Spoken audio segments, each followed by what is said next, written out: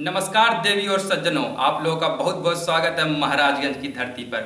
आप देख रहे हैं पते की बात। आज हमारे स्टूडियो में आगमन हुआ है विपक्षी पार्टी के नेता भीषम सिंह जी का। नमस्कार नेताजी।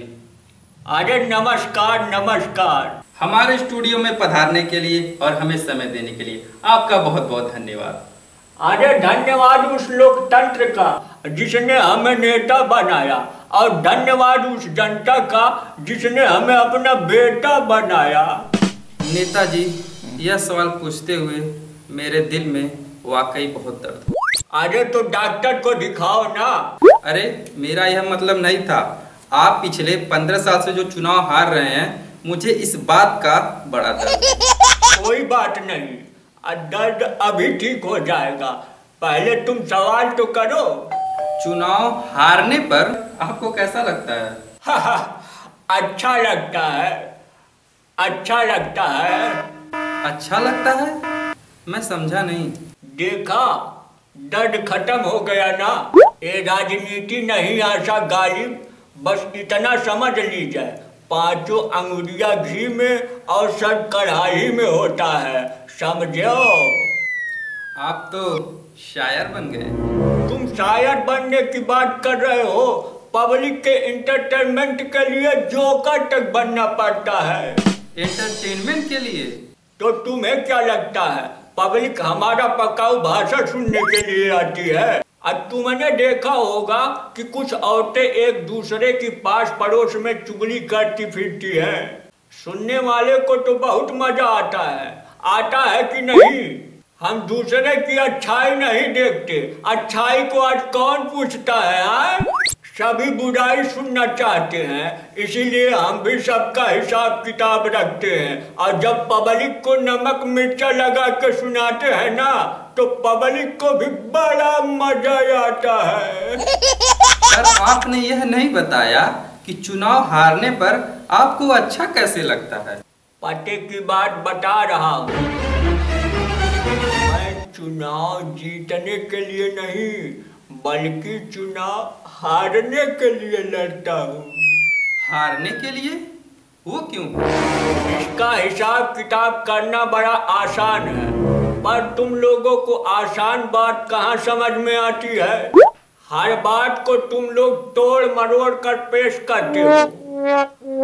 दूसरे नेता चुनाव जीतने के लिए पैसा देते हैं, और मैं चुनाव हारने के लिए दूसरे नेता से पैसा लेता हूँ। इसके अलावा मैं अपने जाति बिरादरी वाले, नौकरी वाले अधिकारियों से चंदा लेता हूँ।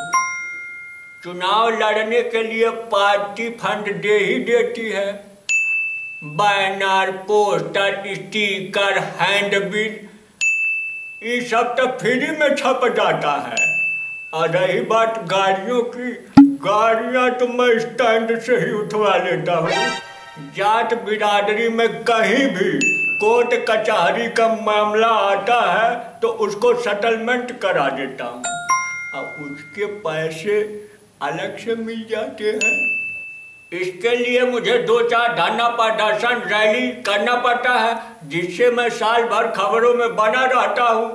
और चुनाव लड़ने पर जनता मुझे दूसरे तीसरे नंबर पे जरूर खड़ा कर देती है, मतलब दूसरे तीसरे नंबर पे आ ही जाता हूँ। और भाई, जितना लोग चुनाव जीत के नहीं कमा पाते हैं, हम बता रहे हैं राज की बात, उससे ज्यादा तो मैं चुनाव हार के कमा लेता हूँ। आप तो अंबानी के भी गुरु हैं। आपने यह मैनेजमेंट कहाँ से सीखा?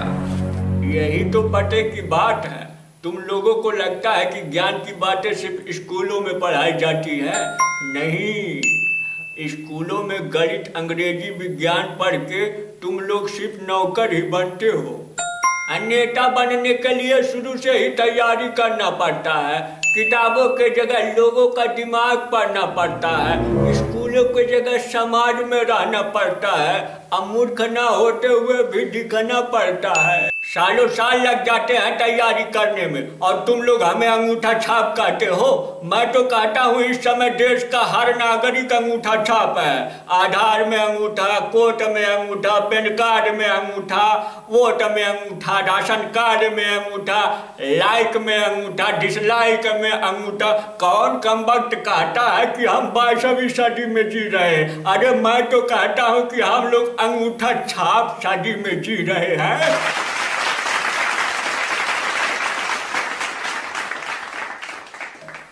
बात तो आपकी सही है। हमारी बात हमेशा सही होती है। अगला सवाल पूछो। नेताजी, अगर आप यह चुनाव जीत जाते हैं तो आप जनता के लिए क्या करेंगे?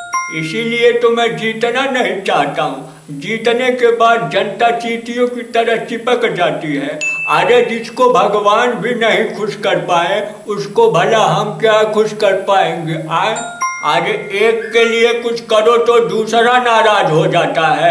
एक गांव में सड़क बनवाओ तो दूसरा पुल के लिए नाराज हो जाता है। पैसा खर्च करो तो पार्टी नाराज हो जाती है और पैसा ना खर्च करो तो जनता नाराज हो जाती है। ना कमाओ तो लोग कहते हैं कि खजाने के दरवाजे पे डंडा लेके खड़ा है, अब कमाओ तो सीबीआई डंडा लेके खड़ा रहता है। क्या बताएं भैया, चुनाव जीतने में बड़ा ही टेंशन है। इसीलिए मैं चुनाव जीतने के लिए लड़ता ही नहीं। पर आपके चुनावी पोस्टर में लक्ष्य 2022 लक्ष्य महाराजगंज लिखा है, इसका क्या मतलब है? इसका मतलब है हमें अपने विधानसभा क्षेत्र को फतह करना है, उसे जीतना है, उसको काबू में करना है और उस पर राज करना है। और जनता समझती है कि लोकतंत्र में वह राजा है। अरे बेवकूफ है जनता। दरअसल हमारे देश में लोकतंत्र वह झुनझुना है जो लोगों को हिलाने के लिए दे दिया गया है। जरा सोचो, हर कोई राजा होगा तो कौन किस पे राज करेगा? है आज के जमाने में कोई लड़ाई झगड़ा करके राजा बनने से रहा। इसीलिए लोकतंत्र की व्यवस्था बनाई गई जिससे जनता आपस में ही लड़ के किसी दूसरे को राजा बना दे। क्या वाकई ऐसा है? तुम्हें कोई शक है? अगर शक है तो 2-4 मिसालें देकर अभी तुम्हारा माइंड क्लियर कर देता हूँ। अरे तुम्हारा मानना है कि लोकतंत्र में जनता राजा होती है, तो ये बताओ सारे नियम कानून जनता पर ही क्यों थोपे जाते हैं? पुलिस जब चाहे जिसे चाहे उठा के बंद कर देती है। मंत्री, विधायक, सांसद को क्यों नहीं कभी बंद कर पाती है?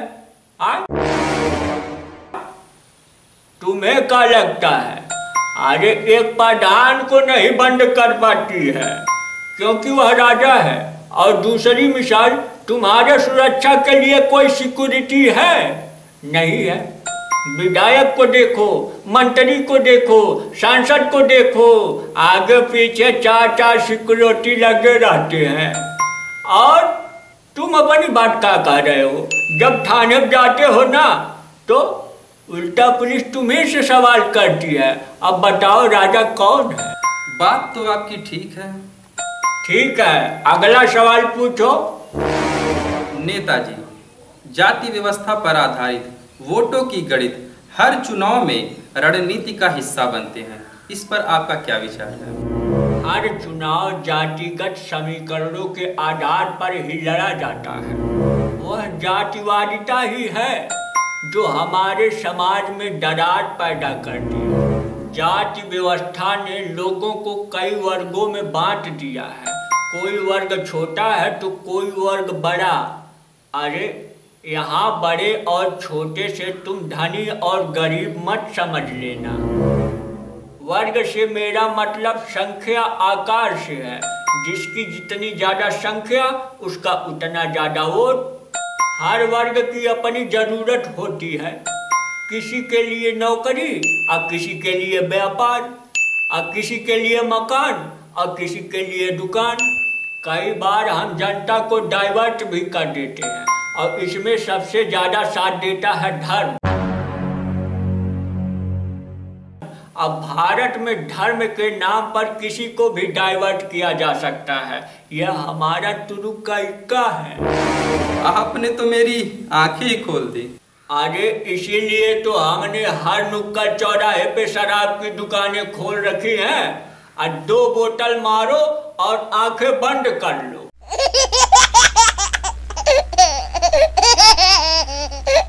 आंख खोलकर चलने वाला इंसान लोकतंत्र के लिए बड़ा खतरनाक होता है।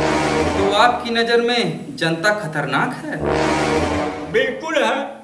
घोड़े से घास की यारी और लोकतंत्र में जनता की समझदारी हमारे लिए बहुत खतरनाक है।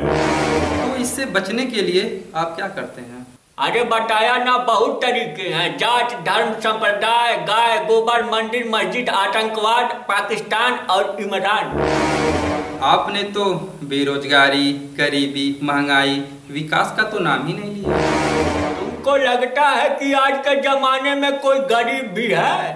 तो आप कहना चाहते हैं कि सभी अमीर हैं? जिस देश में हर आदमी के पास मोबाइल हो, रिचार्ज करने के लिए पैसा हो और बर्बाद करने के लिए पूरा समय हो, और उस देश में पूछ रहे हो कि गरीब कहाँ है? पर आंकड़े तो यही कहते हैं। तुम जो सवाल कर रहे हो वही सवाल मैं सत्ता पार्टी से रोज करता हूँ, इसलिए दूसरा सवाल पूछो। पर आप भी तो उन्हीं के बिरादरी के हैं। यही पते की बात है। नेता चाहे पक्ष का हो या विपक्ष का, सभी एक ही बिरादरी के होते हैं। सभी का लक्ष्य एक ही होता है, जनता के पैसे को हजम करना। अरे ये किसी अकेले की बात नहीं है। आज तुम हो, कल मैं हूँ, परसों वो है, चौथे रोज कोई और होगा। हमारे देश में लूटने का मौका सबको बराबर मिलता है और इसी को लोकतंत्र कहते हैं, बुझे? अरे देखिए भैया, आज के जमाने में हर जगह अंगूठा लगाना पड़ता है ना, इसलिए आप लाइक वाले बटन पे अंगूठा लगाइए और चैनल को सब्सक्राइब करके घंटा दबा दीजिए। अब भैया वीडियो मारा धक्का-धक शेयर, खूब शेयर करा भैया। नमस्कार।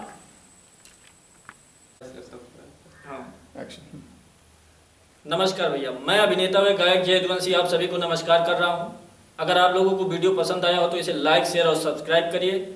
और ज़्यादा वीडियो देखने के लिए हमारे ऑफिशियल यूट्यूब चैनल भाया म्यूजिक पर विजिट करें और चैनल को सब्सक्राइब करें। अपना प्यार आशीर्वाद दें।